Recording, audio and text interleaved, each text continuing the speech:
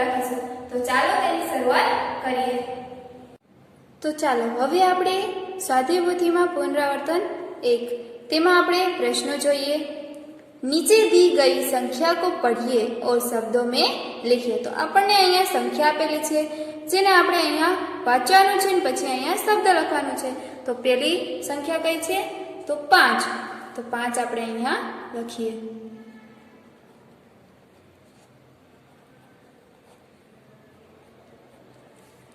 બીજું 9,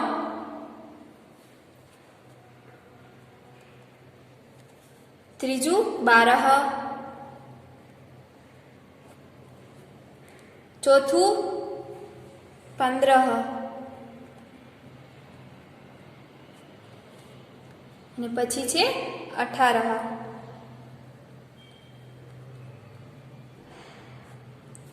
એવી જ રીતે નીચે 6, 11, 13, 17, 19। તો અહીંયા આપણે આ સંખ્યાઓને વાંચ્યા અને પછી તેને શબ્દોમાં લખ્યું। તો હવે આપણે બીજો પ્રશ્ન જોઈએ। चित्र देखकर खाली जगह में उचित वर्ण लिखिए और नीचे पूरा शब्द फिर से लिखिए। અહીંયા તમે ચિત્ર જોઈ શકો છો જેમાં ચિત્રની નીચે અહીંયા શબ્દ અધૂરા છે જેને આપણે પૂર્ણ કરવાના છે। તો ચાલો કરીએ। તો પહેલું ચિત્ર કેનું છે?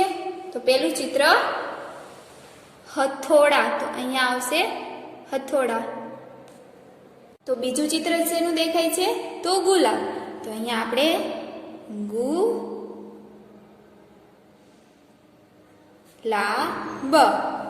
તો આપણો અહીંયા આ શબ્દ પૂરો થાય છે। હવે ત્રીજું ચિત્ર જોઈએ। તો ત્રીજા ચિત્ર શેનું છે? તો ઝંડા। તો અહીંયા આપણે ઝંડા લખીએ। હવે આપણે ચોથું ચિત્ર। તો ચોથું ચિત્ર કોનું છે? બકરી। તો અહીંયા આપણે બકરી લખીએ। તો હવે આપણને પાંચમું ચિત્ર શેનું દેખાય છે? તો ઢોલક। તો અહીંયા આપણે ઢોલક લખીએ। હવે છઠ્ઠું ચિત્ર। તો છઠ્ઠું ચિત્ર શેનું છે? તિતલી। તો અહીંયા આપણે લી લખીએ। હવે સાતમું ચિત્ર જોઈએ। તો સાતમું ચિત્ર કોનું છે? તો ચૂહા। તો અહીંયા આપણે ચૂહા લખીએ। હવે આઠમું ચિત્ર। તો આઠમું ચિત્રમાં કેનું ચિત્ર દેખાય છે? તો થેલા। પછી કયું ચિત્ર આવેલું છે? તો નવમા ચિત્રમાં આપણને મોરનું ચિત્ર દેખાય છે। તો અહીંયા આપણે મોર લખીએ। તો હવે આપણને આ 10મા ચિત્રમાં કેનું ચિત્ર દેખાય છે? તો 10મા ચિત્રમાં સિતાર છે। તો અહીંયા આપણે સિતાર લખીએ। હવે 11મું ચિત્ર। તો 11મું ચિત્ર શેનું છે? તો 11મા ચિત્રમાં માલા છે। તો અહીંયા આપણે માલા લખીએ। હવે છેલ્લા ચિત્રમાં કોનું ચિત્ર દેખાય છે? તો ધનુષ। તો અહીંયા આપણે ખાલી જગ્યામાં ધનુષ પૂર્ણ કરીએ। તો હવે આપણને જે ખાલી જગ્યામાં આ શબ્દ અધૂરા હતા તેને આપણે પૂર્ણ કર્યા। તો હવે આપણે આગળનો પ્રશ્ન જોઈએ। प्रश्न 3 कोष्टक से सही शब्द चुनकर चित्र के नीचे लिखिए। तो અહીંયા આપણને આ કોષ્ટકમાં શબ્દો આપેલા છે જે અહીંયા ચિત્રના નામ છે। તો અહીંયા આપણને ખાલી જગ્યા છે જે કોષ્ટકમાંથી શબ્દ શોધીને લખવાના છે। તો ચાલો શરૂઆત કરીએ। તો પહેલું ચિત્ર કોનું છે? તો પહેલું ચિત્ર ઘર છે। તો અહીંયા આપણે ઘર લખીએ। બીજું ચિત્ર ડમરું। હવે ત્રીજું ચિત્ર શેનું દેખાય છે? પપીતા।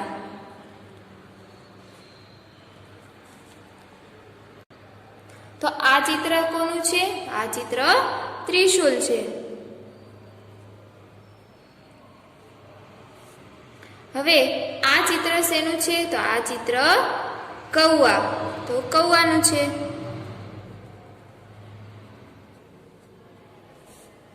અહીંયા આપણને શેનું ચિત્ર દેખાય છે? તો અહીંયા આપણને મછલીનું ચિત્ર દેખાય છે. હવેના ચિત્રમાં આ ચિત્ર શેનું છે? તો આ ચિત્ર છાતાનું ચિત્ર છે. તો હવે છાતા પછીનું ચિત્ર છે એ શેનું ચિત્ર છે? તો એ ખરગોશ. હવેનું ચિત્ર કેનું છે?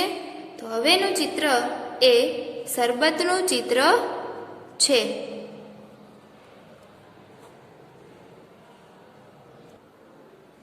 તો હવેનું ચિત્ર શેનું છે? તો હવે સરબત પછીનું ચિત્ર છે તોતા. બાજુમાં આ ચિત્ર કેનું છે? તો આ ચિત્ર છે ઘડી. હવે બાજુનું ચિત્ર કોનું છે? તો હવે બાજુનું ચિત્ર છે કલશ.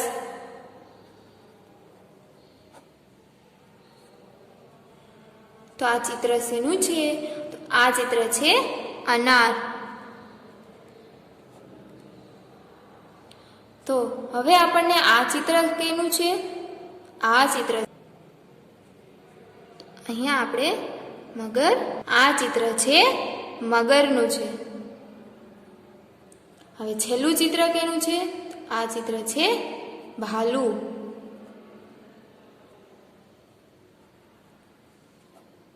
તો હવે આપણે આગળનું ચિત્ર કોનું છે? તો આ ચિત્ર છે ઓખલી.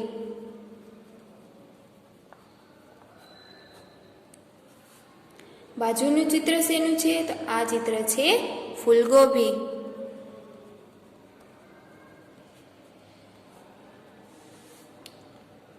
ફૂલગોબી પછીનું ચિત્ર શેનું છે? તો આ ચિત્ર છે કછુઆ.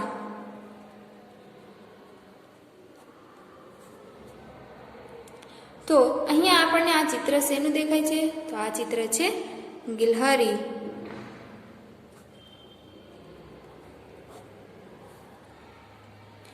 આ ચિત્ર શેનું દેખાય છે? તો આ ચિત્ર છે આમ.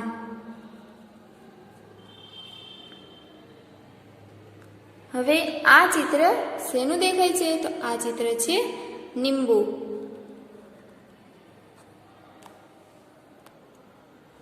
તો આ ચિત્ર શેનું દેખાય છે? તો આ ચિત્ર છે સાયકલ.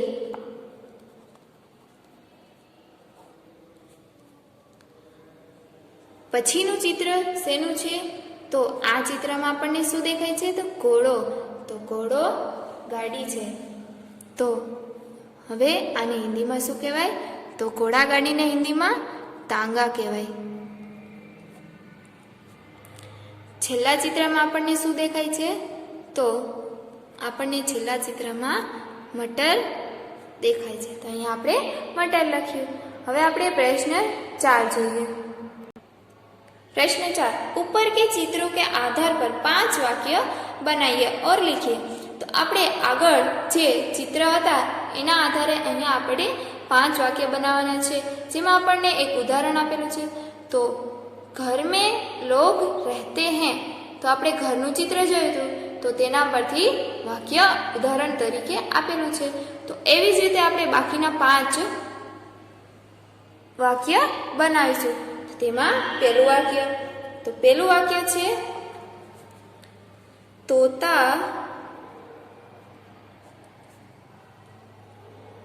हरे रंग का होता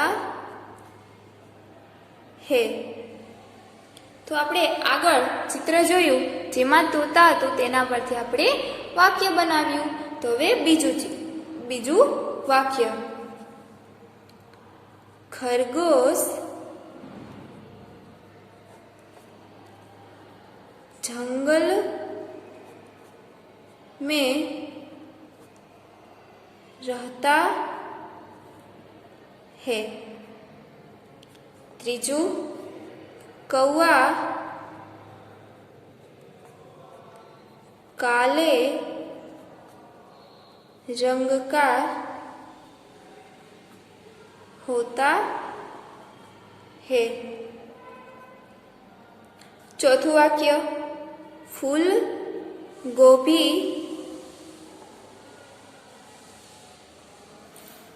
की सब्जी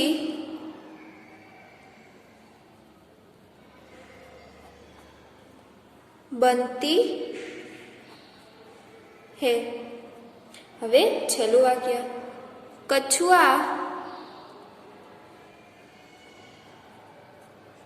पानी में रहता है। અહીંયા આપણે ઉપરના ચિત્રના આધારે વાક્ય 5 બનાવ્યા। प्रश्न 5 वर्णों को पढ़िए और लिखिए।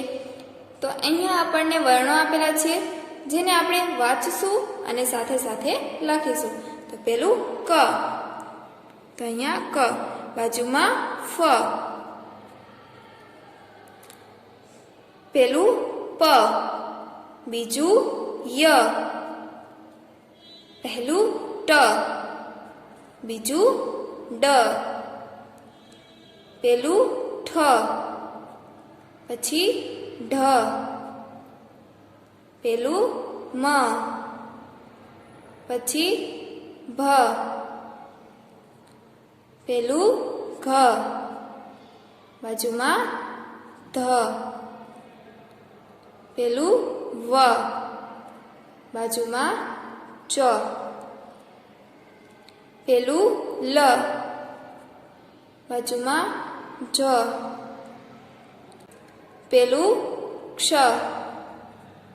બાજુમાં જ્ઞ। તો અહીંયા આપણે આ પ્રશ્ન 5 પૂરો થાય છે। તો હવે આપણે આગળનો પ્રશ્ન જોઈએ। नीचे दिए गए वर्णों का उपयोग करके शब्द बनाइए। तो અહીંયા આપણને આ વર્ણો આપેલા છે જેના એક એક શબ્દ આપેલા છે। તો અહીં આપણે 3 શબ્દ આ વર્ણના આધારે બનાવવાના છે। તો ચાલો બનાવીએ। તો ક ઉપરથી કમલ પછીનો શબ્દ છે કલ, બીજો શબ્દ કલમ અને ત્રીજો શબ્દ કલા। એવી જ રીતે મ વર્ણનો મજા, બીજો શબ્દ મગર,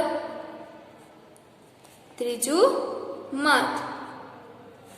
એવી જ રીતે પ વર્ણનું પતા, પલ, પડના। છેલ્લું વર્ણ ર, તો પેલું શબ્દ રકમ, પછી રખના અને છેલ્લું રા। તો અહીંયા આપણે આ વર્ણના આધારે 3 શબ્દ બનાવ્યા। તો હવે प्रश्न 7 सही शब्द चुनकर खाली स्थान भरिए तथा पूरा वाक्य फिर से लिखिए। तो अहींया आपणे आ वाक्य अधूरुं छे जेमां अहींया खाली जग्या आपेली छे, जे कोष्टकमांथी साचो छे ए जोईने लखवानुं छे, पछी फरीथी वाक्य बनावीशुं। तो चालो शरूआत करीए। पहेलुं वाक्य घोड़ा भाग रहे हैं रहा है। तो अहींया रहा है।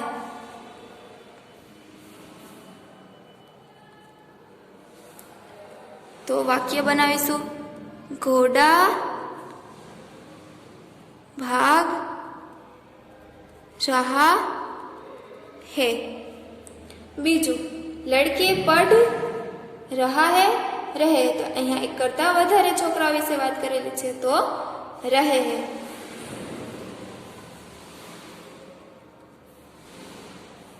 तो वाक्य बनावीए लड़के पढ़ रहे हैं। हवे त्रीजू लड़कियां खेल रहे हैं रही है। तो अहींया छोकरीओ विशेनी वात करे छे अने एक करता वधारे तो रही आवशे। रही है। तो वाक्य बनाविए, लड़कियां खेल रही है। चौथું, मैं पत्र लिख खाली जग्या रहा हूँ रहे है। तो अहींया एक व्यक्तिनी वात करेली छे, तो अहींया रहा हूँ आवशे।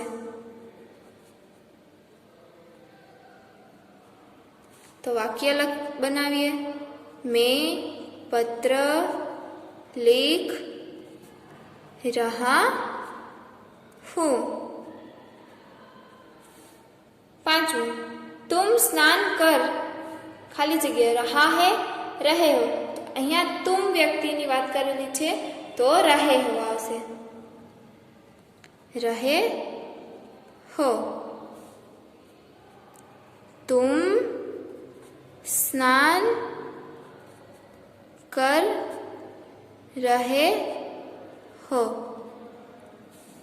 6, हम खेल रहा है रहे है। तो अहींया एक करता वधारे छे, हम शब्दनो उपयोग करेलो छे, तो अहींया रहे आवशे। हम खेल रहे हैं। 7, आदमी जा रही है रहा है। तो अहींया पुरुष विशेनी वात करे छे, तो अहींया रहा है आवशे। आदमी जा रहा है। तो हवे 8, पिताजी खाना खा रहा है रहे। तो अहींया आदरथी वात करेली छे, तो रहे है आवशे। तो पिताजी खाना खा रहे हैं। आप गीत लिख रहे हैं रहे हो। तो अहींया रहे हो आवशे। तो वाक्य बनाविए, आप गीत लिख रहे हो। हवे 9, 10, राधा गा रहा है रही है। तो अहींया रही आवशे, कारण के राधा ए स्त्री छे, એટલે સ્ત્રી વિશે रही है तेवुं उच्चारण अहींया थाय। राधा गा रही है। 11, वह खिड़की खोल खाली जग्या रहे है रहा है। तो अहींया रहा है। वाक्य बनाविए, वह खिड़की खोल रहा है। 12, वे घर लौट रहे हैं रहा है। वे घर लौट रहे हैं।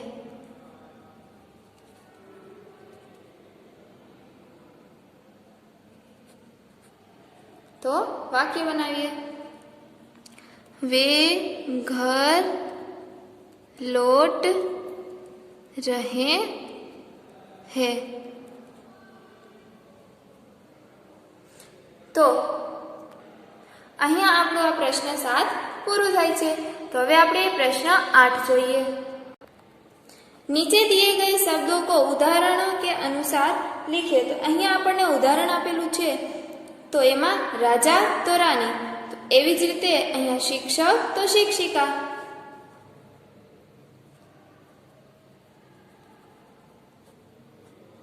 બીજું બંદર તો બંદરિયા, मोर तो मोरनी, चौथुं घोड़ा तो घोड़ी। हवे अहींया ઉદાહરણ બ, લડકા તો લડકે, તો એક વચનમાંથી બહુવચન કરવાનું છે. તો તોતા તો તોતે, બીજું બચ્ચા તો બચ્ચે, ત્રીજું તિતલી તો તિતલિયા,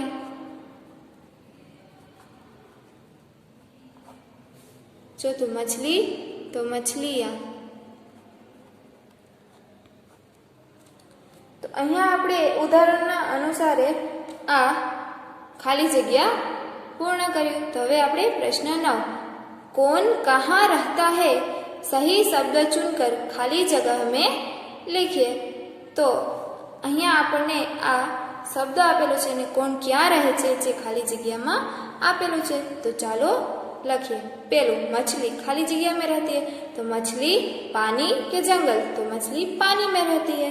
तो અહીંયા આપણે પાણી લખીએ.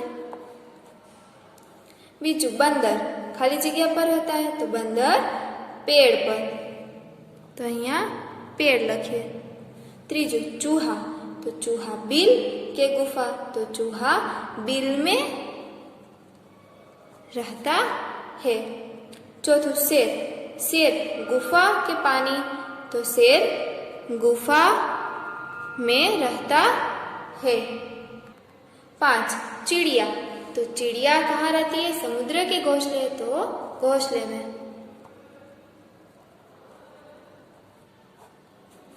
6, डाकिया, तो डाकिया थाने डाकघर, तो डाकिया डाकघर में काम करता है.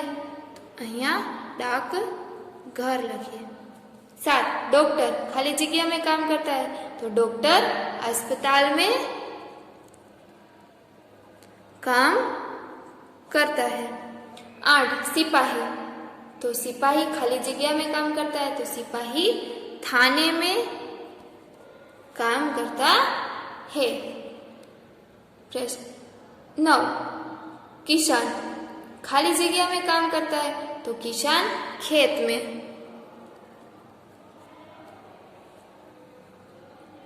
10, माली खाली जगह में काम करता है, तो माली बगीचे में काम करता है. तो અહીંયા આપણે કોણ કहाँ रहता है તેની ખાલી જગ્યા પૂર્ણ કર્યું.